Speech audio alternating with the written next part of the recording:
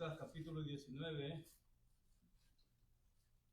versículos 28 al 44, vamos a dar lectura.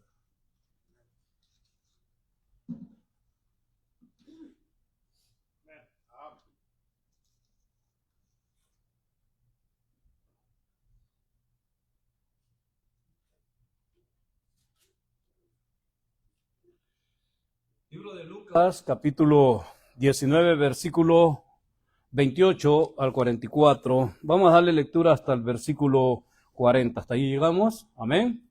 Dicen las Sagradas Escrituras, para honra y gloria de nuestro Dios y para beneficio de nuestras almas. Dicho esto, iba delante subiendo a Jerusalén.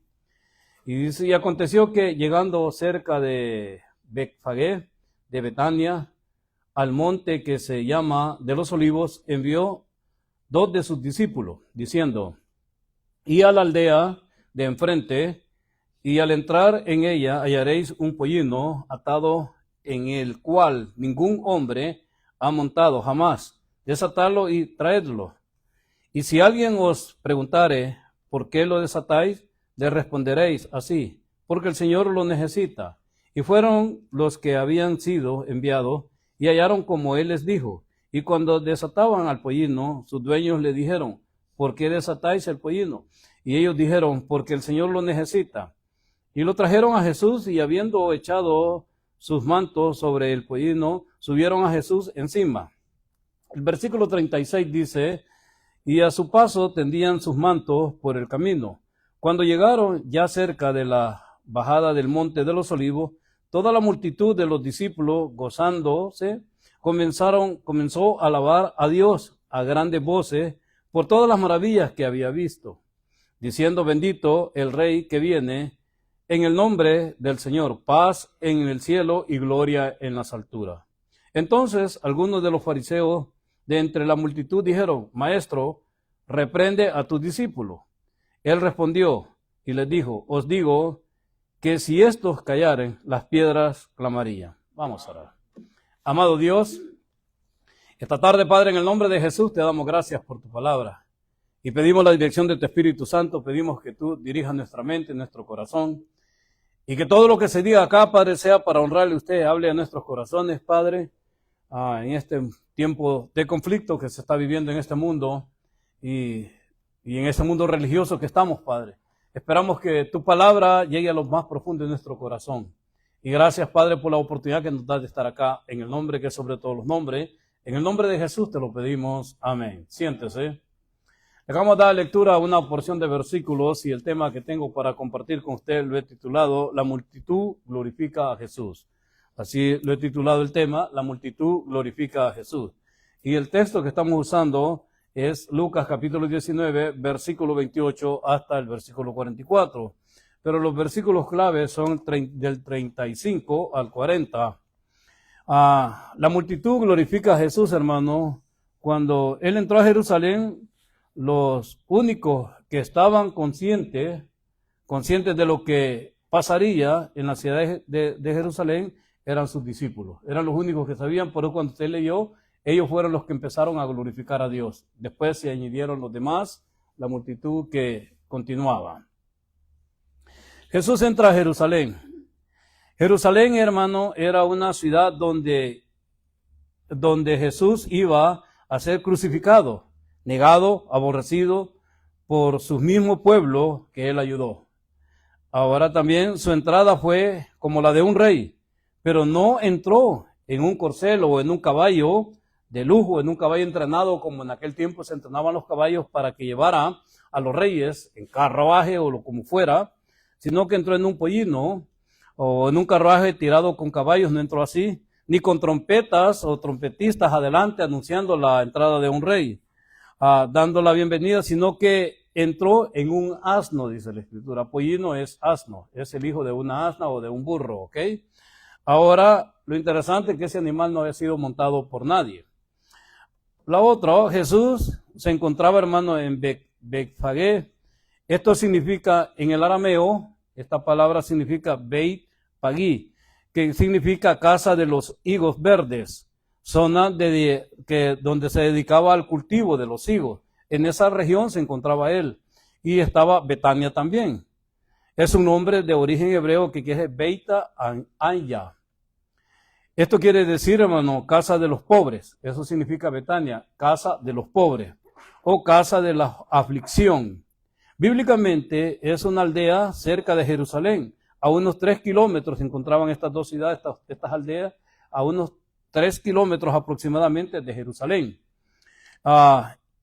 Esta era la región donde vivía Lázaro, María y Marta. También se le puede interpretar como casa de los higos. De esa manera también se le puede interpretar como casa de los higos, ya que era una región de mucha vegetación. Cuando Jesús llega al monte de los olivos, es cuando manda a traer el asno, cuando llega a esa posición. Entonces, esta región, hermano, estaba a 3 kilómetros aproximadamente de la ciudad de Jerusalén. Y todo tiene su plan, todo estaba diseñado por Dios, qué es lo que iba a acontecer. Pero a él no le recibieron como un rey o como un político, sino algo diferente. Pero en Lucas, en el capítulo 19, 28, 31, dice esto. Dicho esto, dice, iba adelante y subiendo a Jerusalén, dice. Y aconteció que llegando cerca de Betfagé y Betania, al monte que se llama de los Olivos, envió a 2 de sus discípulos.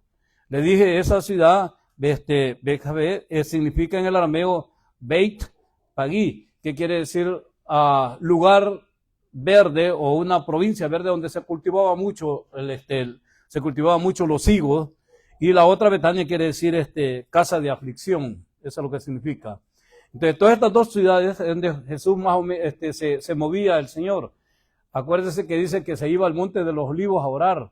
Los otros evangelios lo registran donde él iba a orar. Pero aquí dice que en el versículo 30 dice, diciendo, id a la aldea enfrente y entrad en ella y hallaréis un pollino atado en el cual ningún hombre ha montado jamás. Desatadlo y traedlo. Y si un animal no ha sido domado, cuando alguien se sube, por ejemplo, en un caballo, mula, lo que sea, se sube alguien allí, lo tumban. Pero el Señor tenía un control todo esto, hermano. Quiero que entienda que en los planes de Dios, en lo profético, en lo que Dios hacía, ya todo esto estaba controlado, estaba bien diseñado para él. Entonces van y lo hace totalmente los discípulos, lo que él les dice, y si alguien dice, os pregunte, ¿por qué lo desatáis?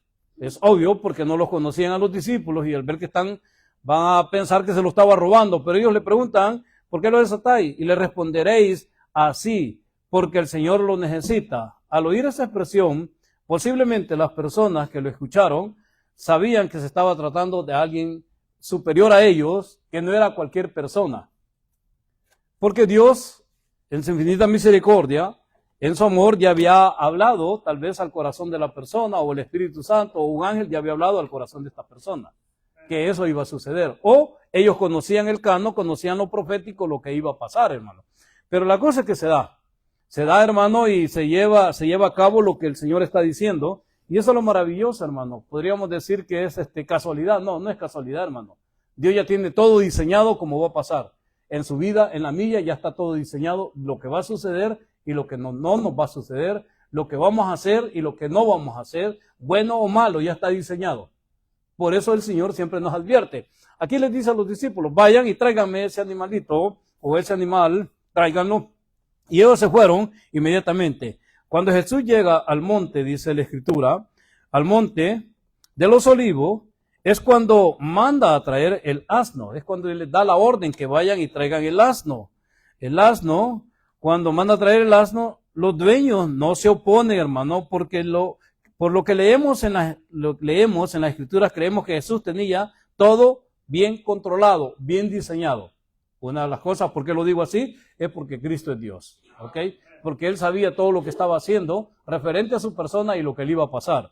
La entrada a Jerusalén, hermano, era la última estadía del Señor, porque ahí es donde iba a ser crucificado. En el mundo religioso que vivimos hoy, hermano, reviven estas cosas por estas fechas, cuando la Biblia está diciendo que aquí la entrada de Él era una cosa de alegría, de gozo, porque iba a entrar a su ciudad. iba a entrar a la ciudad amada. De hecho, los salmos dicen que oremos por la ciudad amada, que es Jerusalén, es la ciudad de nuestro Dios, amén. Ahora, cuando vemos en el libro de Lucas, en el versículo 32 dice, y fueron los que habían sido enviados, y hallaron como él les dijo, exactamente como el Señor se los dijo, así lo encontraron. Y cuando desataban el pollino, sus dueños le dijeron, ¿por qué desatáis el pollino? No es de ustedes, déjenlo ahí y a ver qué más les dijeron, ¿me entienden? Entonces su respuesta es inmediata. Por eso nosotros, hermano, debemos de estudiar la Escritura y la misma Escritura nos va a enseñar el lenguaje de Dios cuando nos encontramos en situaciones difíciles. O cuando Dios te manda y te dice, si tú te dejas que Dios lleve tu vida y te diga lo que tienes que hacer, Él te va a dar la respuesta de lo que tú tienes que dar. Estos hombres fueron obedientes y hicieron exactamente lo que el Señor les dijo. Entonces ellos le dijeron, el Señor lo necesita. Por esa razón lo venimos a desatar. Ellos, no, las otras personas no se opusieron ni dijeron, ok, no se lo lleven o lleve. Pero la razón es que no se oponen. Y de no oponerse es porque ellos posiblemente lo profético ya lo habían estudiado, hermano. El Monte de los Olivos, hermano, estaba en una colina. En una colina, justo al frente, o justo a las afueras de Jerusalén, directamente frente al templo. O sea, no estaba a un costado, sino que directamente el Monte de los Olivos está viendo enfrente del templo. Según lo geográfico, estaba enfrente del templo, la colina, del Monte de los Olivos.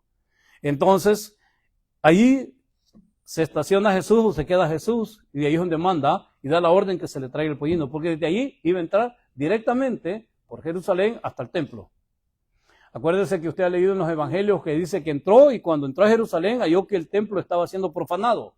Habían ventas de animales y de todas esas cosas que tenían allí. Y él les tumbó todas las mesas, le tiró el dinero y todo, y dijo que su casa la habían convertido en casa de rateros o de ladrones. Entonces todo eso es en lo profético, Dios ya tenía establecido. No entró por otro lado, no entró a los costados, sino que entró directamente donde estaba enfrente del templo, donde dice las Sagradas Escrituras. El Monte de los Olivos, hermano. Ahí estaba. Ahora, el Monte de los Olivos, le dije, estaba en una colina, junto a las afueras de Jerusalén, directamente frente al templo. En Lucas, capítulo 19, versículo 35, dice así, y le trajeron a Jesús, y habiendo echado sus mantos sobre el pollino, subieron a Jesús encima. O sea, le pusieron los mantos para que fuera cómodo, y subieron a Jesús en el pollino.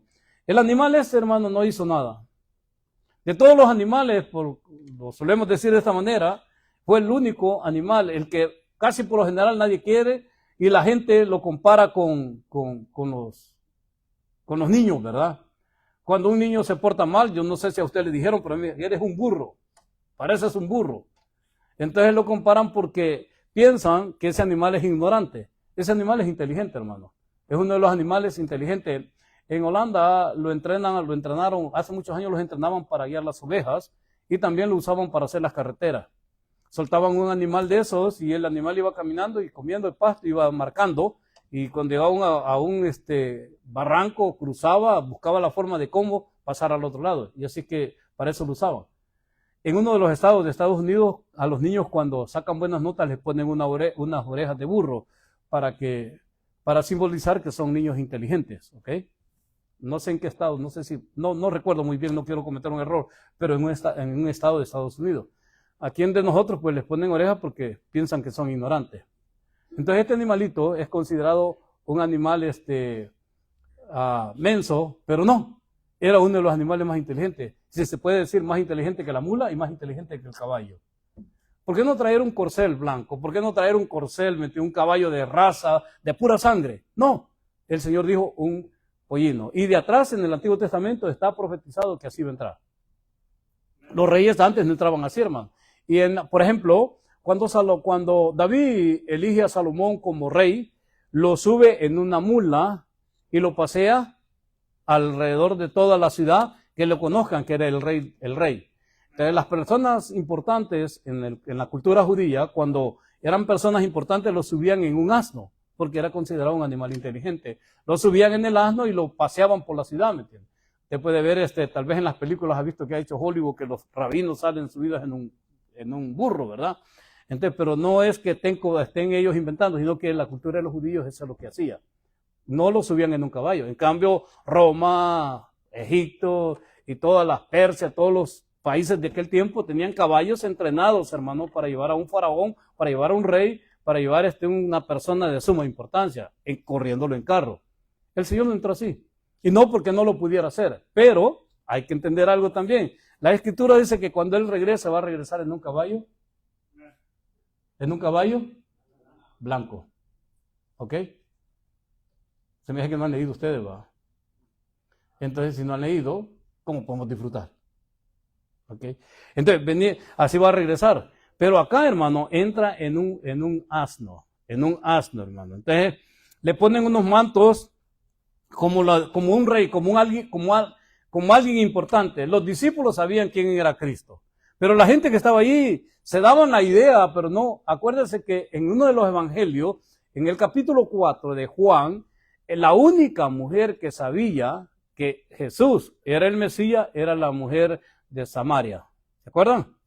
Hace muchos meses atrás, o un año atrás, le enseñé sobre eso. En el capítulo 4 del libro de Juan. Ella le dice, me parece que tú eres profeta. Él le dice que él es el Mesías. En la versión de nosotros no aparece, pero en los textos antiguos aparece, yo soy el Mesías. Felipe era otro cuando está abajo de la higuera que se da la idea de que él es el Mesías. No será el Mesías. Pero los discípulos sabían quién era él. Pero la gente que estaba alrededor de él no sabía quién era él. Entonces, le dan, lo reciben o lo montan en el asno con todos los honores, ponen sus mantos y lo llevan hacia adentro de la ciudad. Ahora, en lo profético, ¿verdad? Ahora, y a su paso tendían sus mantos por el camino, o sea, era un recibimiento como un rey. Se quitaban sus mantos y los ponían, de cuenta y caso, como Hollywood, una alfombra roja, ¿verdad? Que cuando hacen esas actividades, el mundo secular hace eso, y lo que pasa ahí es porque es una persona importante, porque es un buen artista, porque es un que le roba el dinero. Bueno, usted ya sabe. Entonces, la gente hasta se desmaya pidiendo autógrafo. Aquí no fue así. Aquí en la arena le pusieron los mantos, se quitaban su manto y lo ponían para que caminara el Señor. El recibimiento de un rey. Humildemente, sencillamente, ¿o no? Pero en la segunda venida, cuando venga Cristo, no va a ser así, hermano. Ahí va a ser diferente, hermano. Ahora, lo reciben así. Los discípulos lo introducen a la ciudad de Jerusalén. Y pusieron sus mantos sobre el asno y lo subieron, y Jesús, y a su paso le tendían sus mantos.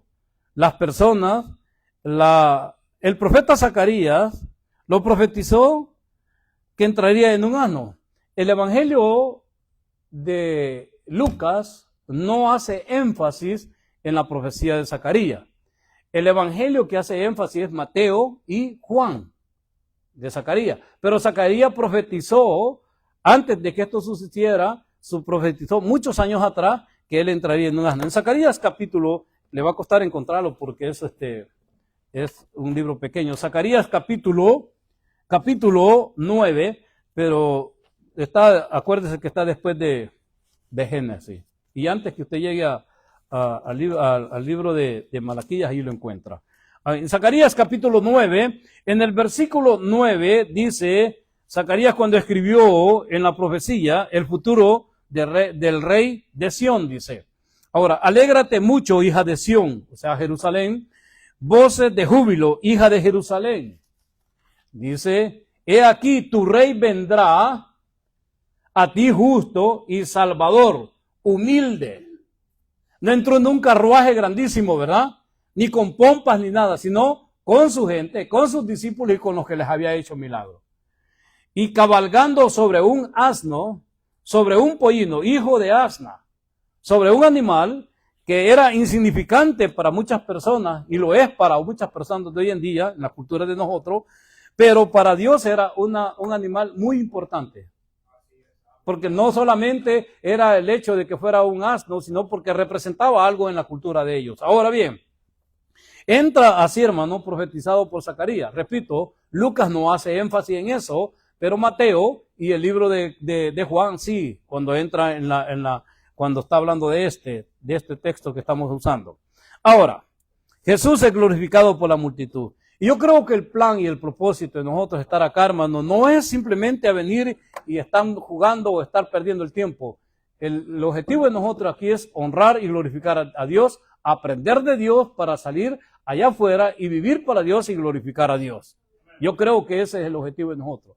No es acá, hermano. Yo creo que en su casa no, cuando esté en tu casa o yo estoy en mi casa, no estamos haciendo otra cosa. Si estamos enfocados en una cosa, estamos haciendo otra cosa. No podemos estar haciendo dos cosas ni oyendo dos cosas.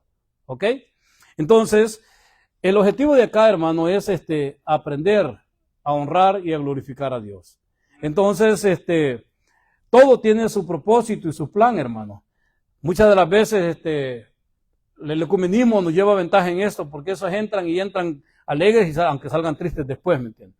Porque la alegría es momentánea, pero nosotros debemos salir con una alegría permanente en nuestro corazón, sabiendo que nuestro Salvador no entró de puro gusto en la ciudad de Jerusalén, entró con un propósito y vendrá nuevamente a su ciudad con un propósito, con un plan para la vida de cada uno de nosotros. La multitud de los discípulos se gozaba, glorificaban a Dios y a Jesús por todas las maravillas que él había hecho. O sea, el versículo 37 al 40 lo explica. Todas las personas estaban llenas de gozo y honraban a Dios, pero entre ellos habían personas que les molestaba la adoración de ellos. Habían personas que no estaban de acuerdo. Como muchos de nosotros, hermano, no podemos estar de acuerdo, tal vez queríamos oír otra cosa, pero este es el plan de Dios, hermano. Yo me baso a lo que Dios dice y hago lo que Dios me dice. Ahora, y yo creo que en los púlpitos deben estar las Sagradas Escrituras para enseñarlas. En los púlpitos no deben de haber temas motivacionales, temas que te den que tú eres un campeón, que eres un guerrero, que eres, un boxeador de Cristo, que eres, ¿me entiende?, un bombero de Cristo. No. En el púlpito debe haber doctrina, debe haber palabra de Dios, hermano, porque esa es la que nos va a hacer fuerte en estos tiempos de situaciones malas que se están viviendo en este mundo. Porque aquí podrás oír un mensaje motivacional, ¿me entiendes?, que te vas a hacer millonario y te enfrentas al pecado. ¿Tiene fuerza? No. Yo sé, hermano, que muchos de nosotros estamos aquí a la fuerza. Y lo entiendo y lo puedo ver en su rostro, hermano. Lo puedo ver en su rostro. Estamos a la fuerza. Estamos, hermano, en contra de nuestra voluntad. Pero eso es lo que dice la Escritura, hermano. Es lo que dice la Escritura. En los evangelios, hermano, desde el Génesis, Apocalipsis, Dios no te pide gozo artificial, te pide un gozo de verdad. Sus discípulos sabían perfectamente que Cristo iba a morir. Y alguien sabía que iba a morir, era Él, ¿me entiendes? Pero los que estaban en oposición no les gustaba lo que estaban oyendo. Hermano, la gente del mundo, la gente secular no le gusta que se glorifique a Dios, porque tenemos una idea distorsionada de cómo es que se adora a Dios, hermano. La música moderna que tenemos en las iglesias, hermano, eso entró hace poco, hermano. Entró hace poco, no crea que ha entrado, que eso viene de antaño. La música de antes era diferente a la que se toca hoy, hermano, en las iglesias. Por ejemplo, hermano, las adoraciones uno que se murió, que era de Honduras, de Guatemala, él fue el que revolucionó la música que tenemos hoy. Ahora, antes de eso, acuérdese que entraba el reggaetón, entró ¿cómo se llama? El rap cristiano, rock cristiano y todas esas cosas. Entró. Y de esto no es nuevo, porque se venía preparando desde 1960, hermano. Y estaba en su propio apogeo hoy. Entonces la gente piensa que esa es la adoración. Piensa que poner un montón de jóvenes allí a ondear banderas o a danzar en los altares, eso es lo que Dios quiere. Dios no quiere eso, hermano. Dios lo que quiere es que tú aprendas de Él. Jesús dijo que esta es la verdadera vida eterna, que te conozcan a ti, al único Dios verdadero. Juan capítulo 17, versículo 3. ¿Ok? Él lo dijo. Entonces la gente piensa y no estoy diciendo que no te puede adorar a Dios, hermano. A mí me gusta la música, La música que honra a Dios. No me gusta cualquier cosa, ¿me entiendes? Música que honra a Dios, hermano. Pero no, en las iglesias se le canta a la mujer, se le canta al perro, se le cantan gas en corridos y un montón de cosas. Y Dios va quedando al olvido. Aquí, hermano, tal vez no llevaban instrumentos musicales, pero llevaban su voz, llevaban su garganta, llevaban su corazón, hermano, y adoraban a Dios, hermano. Aquí, hermano, en este pasaje que estamos viendo, y eso les molestó a las personas de aquel tiempo. Por ejemplo, en el versículo 37 dice, cuando llegaban ya cerca de la bajada del monte de los olivos, o sea, ya estaban acercando a la ciudad, toda la multitud de los discípulos, o sea, los discípulos fueron los que comenzaron a honrar y a glorificar a Dios, hermano. Nadie va a honrar a Dios, hermano, si no comenzamos nosotros. ¿Cómo el mundo va a conocer de Dios, hermano, si nosotros no comenzamos? ¿Cómo el mundo va a honrar a Dios y va a glorificar al Dios eterno si nosotros no comenzamos, hermano? El mundo hace lo que el mundo le ofrece, paganismo y todas las cosas, hermano. Eso es lo que hace el mundo, lo que la religión les ofrece, hermano. Pero nosotros si conocemos a Dios, ¿por qué no honrar a Dios? ¿Por qué no hablar de Dios? ¿Por qué no ir? Y hacerles ver al mundo que Dios es real. Estos discípulos, hermano, ellos comenzaron. Nadie iba a comenzar a adorar a Dios, a gozarse, hermano. Si ellos no hablan, todos entran en silencio. Pero como ellos conocían y sabían lo que Dios había hecho, entonces dice, cuando llegaban ya cerca de la bajada del monte de los olivos, toda la multitud de los discípulos, dice, gozándose comenzaron a alabar a Dios a grandes voces por todas las maravillas que había visto o había hecho nuestro Dios. Comenzaron a alabar, a cantar, a glorificar, a honrar a Dios, hermano. Y no lo hacían entre dientes, lo hacían a una voz que se oyera, que tuviera un estruendo en Jerusalén, que el que iba entrando era un rey, era el Dios, el Hijo del Dios eterno, el Hijo de David, como se le conocía, amén. Entonces, todo ese estruendo en la entrada de Jerusalén, hermano. No eran trompetas, hermano. Si hubiera sido, ¿me entiende? Tal vez el rey Herodes, y era el cumpleaños del rey Herodes, venía de un viaje o de yo no sé de dónde, pero hubiera entrado, hubieran tocado las trompetas, hermano, hubiera sido un romano, alguien importante de Roma, tocarían las trompetas, hermano. Pero aquí era el Hijo de Dios, hermano. Entonces, la única manera de que la gente entendiera que el que iba entrando ahí era el Hijo de Dios, era adorándole, glorificándole, honrándole y cantándole. Amén.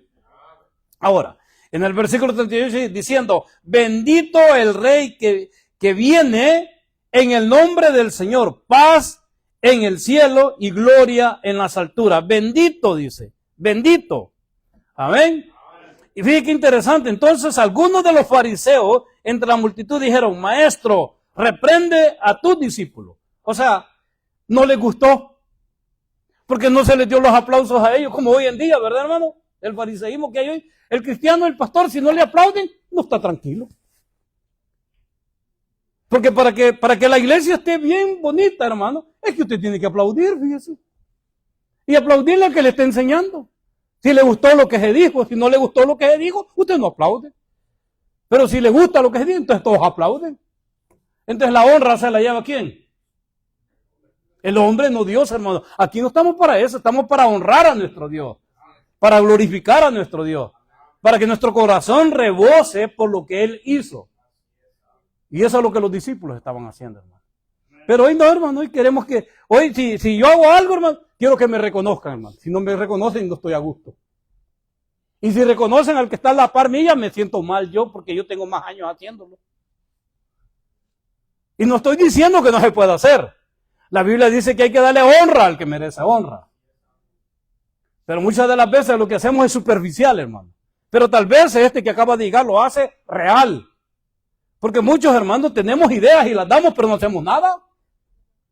¿Ah? ¿Y de qué sirve? ¿A mí de qué me sirve? ¿A usted de qué le sirve? ¿A Dios de qué le sirve?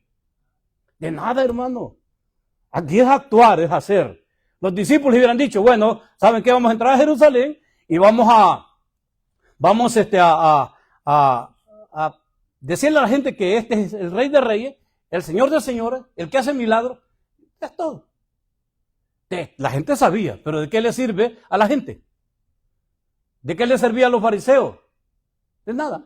Entonces ellos tenían que honrar a Dios, alabar a Dios, glorificar a Dios, poner en práctica y dar a conocer que Dios, el que iba entrando era el Hijo de Dios, el Hijo de David, como dice la Escritura, el Rey de Reyes, el Señor de Señores. Hay un salmo, en el Salmo 118, versículo 26, se ha de acordar cuando estudiamos el Salmo, en el Salmo 118, Salmo 118,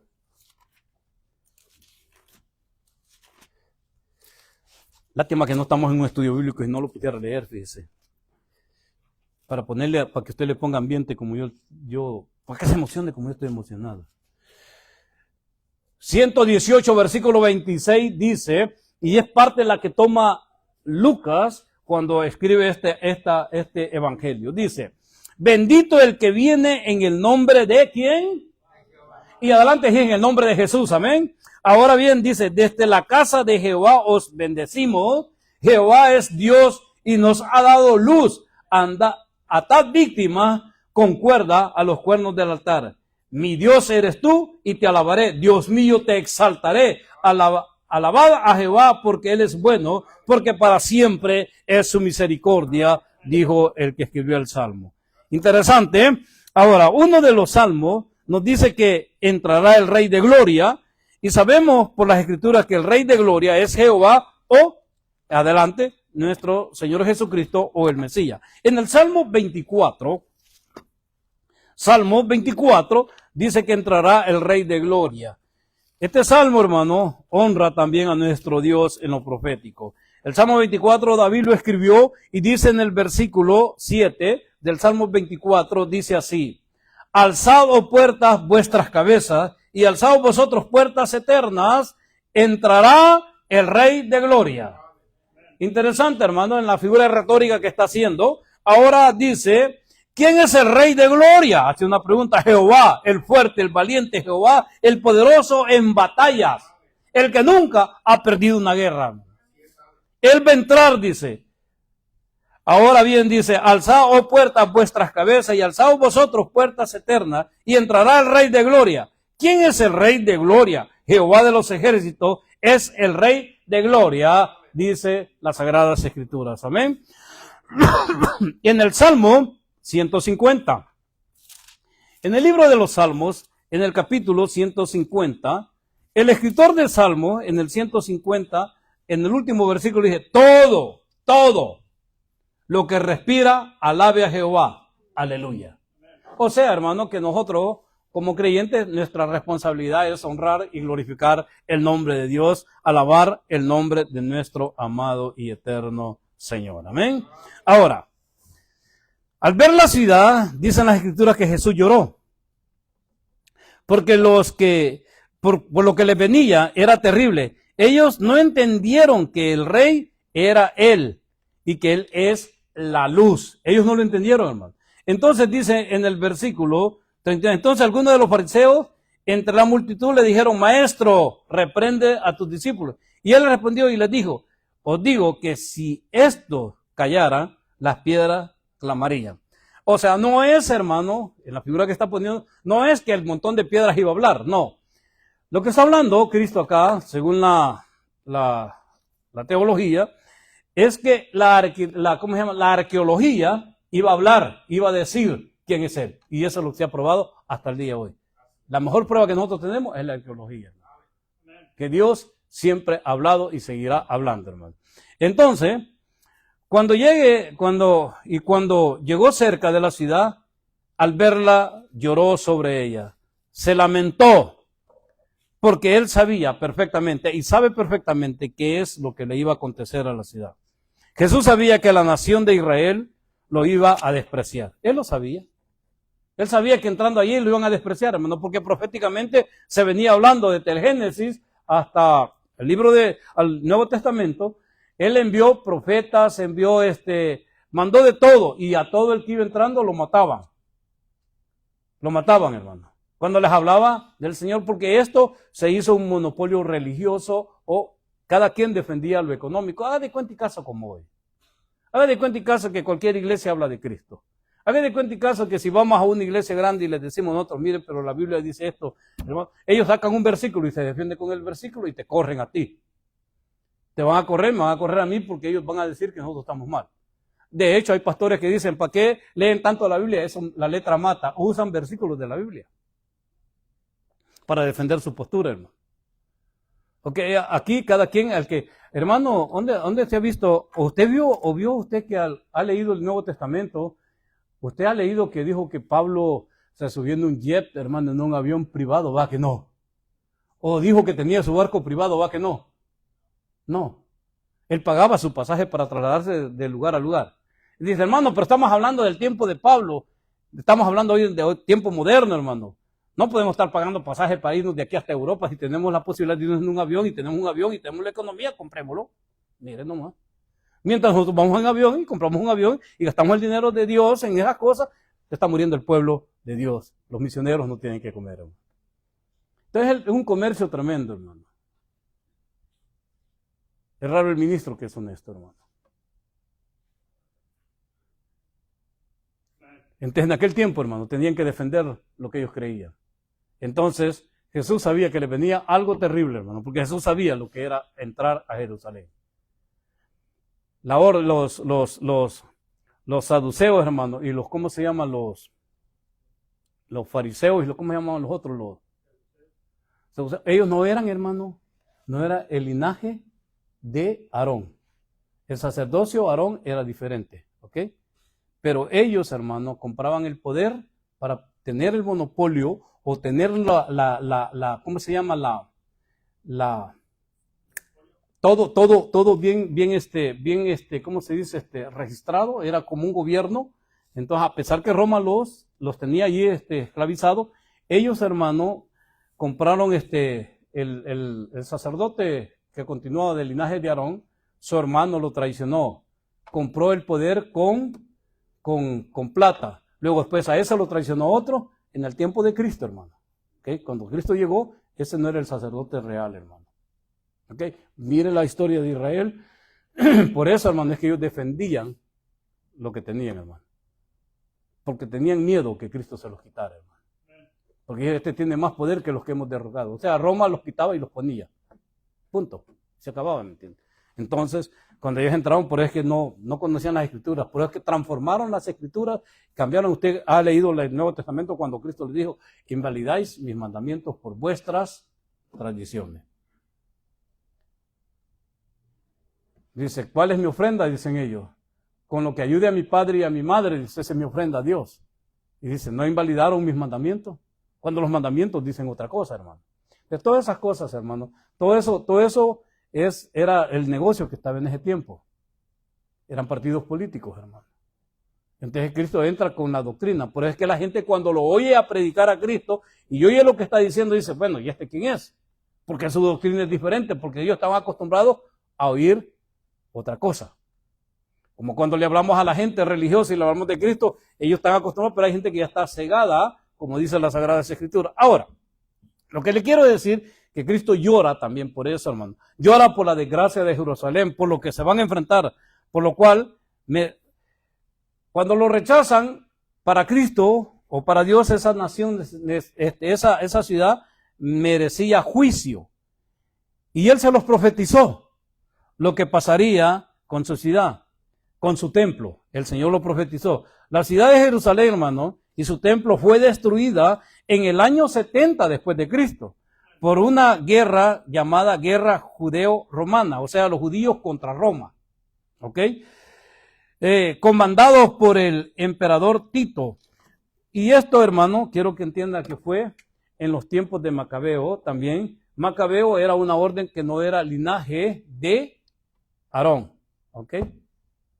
Por eso la Escritura, cuando nosotros leemos la Escritura, usted puede darse cuenta cuando dice en hebreo, el único que puede darse esa honra que fue puesto por Dios, ¿quién es? Abraham. ¿Cómo se llama Aarón. Es el único. De ahí lo demás no es verdad. Pero estaba en ese tiempo. Estaba en ese tiempo, hermano. Entonces Cristo entra para dar la solución. Entonces Cristo les dice, ustedes van comandados por el emperador Tito y Tiberio, Julio Alejandro. La ciudad estaba siendo defendida y ocupada por los judíos. Lucharon, pero los derrocaron y hubo una masacre, mataron muchos judíos y destruyeron el templo del segundo templo, el de Herodes, y la historia. Cristo se los dijo, ¿sí o no? Le dijo, no quedará piedra sobre piedra. Todo esto va a ser. Él se lo profetizó, hermano, porque la ciudad merecía juicio, como en este tiempo, hermano. Este mundo necesita juicio. Este mundo necesita que Dios lo juzgue, porque las cosas están saliendo de control. Pero ¿qué dice la Sagrada Escritura? Que es principio de dolor. Los religiosos en las redes dicen, ya nos vamos, ya ha venido el Señor por nosotros. La Escritura dice otra cosa. Entonces, ¿qué le creemos? ¿A quién le creemos? ¿A los religiosos o le creemos lo que dice Dios? Lo que dice Dios, hermano. Y espero que usted sea sincero cuando dice lo que dice Dios, y los que estén callados, que Dios los perdone. Sí, pues claro, porque ¿qué tal si usted está en contra? Usted piensa que usted se va a volar como pajarito. No, hermano, lea lo que dicen las Sagradas Escrituras. Lea lo que dicen las Sagradas Escrituras. Tiempo de dolor. Cristo lo profetizó en el tiempo de él, que Jerusalén le iba a pasar esto, y dejó escritos, y hay profecías que todavía se están cumpliendo en este momento, pero no es el fin.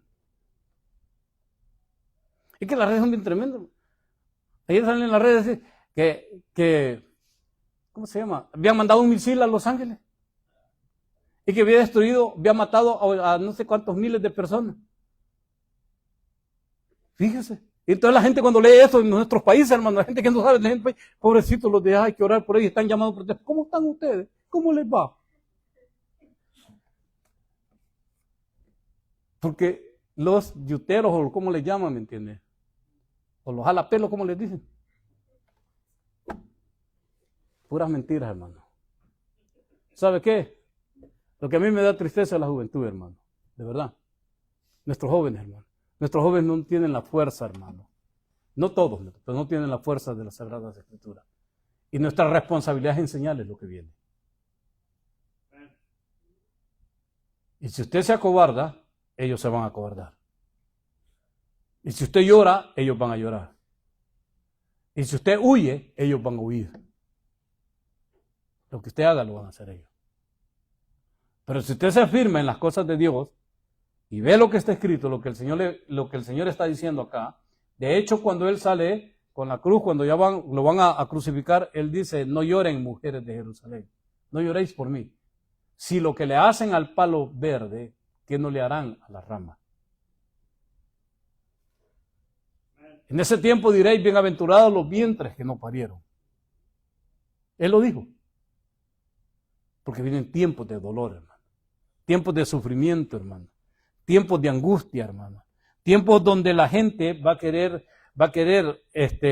y viene el tiempo de comezón, hermano. La gente va a querer oír la palabra de Dios y no habrá quienes enseñen. Dice, y cuando llegaron cerca de la ciudad y al verla lloró sobre ella, diciendo, oh, si también tú conocieses, a lo menos en este día, lo que es para tu paz, más ahora está encubiertos tus ojos. Si al menos por este momento, dice Cristo, al momento que yo voy entrando, ustedes entendieran quién soy yo.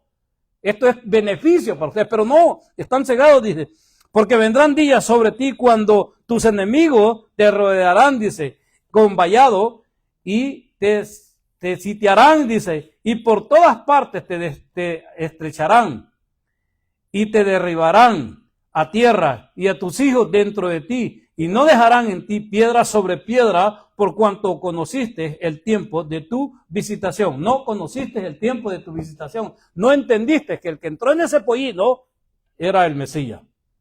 Entonces, dijo Cristo, van a tener juicio. Y así fue. Y también lo dice cuando regrese. Así va a ser, hermano. En Lucas, en el capítulo 19, en el versículo 9 y 10, y Juan 1, 11 al 13. Lucas, capítulo 19, en conclusión, hermano, él vino a buscar lo que estaba perdido. Pero no lo entendieron, hermano, las personas de aquel tiempo, como hoy en día, no lo entienden tampoco. Porque su corazón está cegado. Lo triste de acá, hermano, es que el suyo también esté cegado y no esté abierto para Dios. En Lucas, capítulo 19, versículo 10, versículo 9 dice, Jesús le dijo, hoy ha venido la salvación a esta casa, por cuanto él también es hijo de Abraham, refiriéndose a Zaqueo, dice, porque el Hijo del Hombre vino a buscar y a salvar lo que se había perdido.